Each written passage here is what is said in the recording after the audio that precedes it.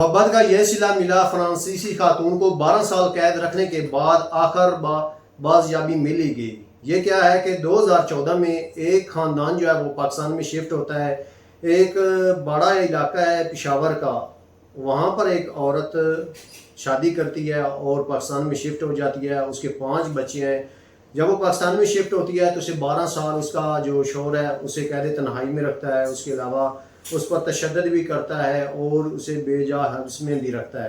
تو ہوتا کیا ہے، وہ کہتا ہے کہ آپ نے گھر سے باہر نہیں نکلنا، گھر میں ہی رہنا ہے، اور ان پر اور بہت ظلم اور زیادتی کرتا ہے۔ آخرکار کیا ہوتا ہے، 5 بچوں میں سے جو سب سے بڑا بچہ ہے ان کا، وہ وہاں سے بھاگنے میں کامیاب ہو جاتا ہے اور پشاور پولیس کو اطلاع دیتا ہے۔ وہ پشاور پولیس وہاں جا کر چھاپہ مارتی ہے اور اسے پکڑ لیتی ہے اور اس خاندان کو رہائی مل جاتی ہے۔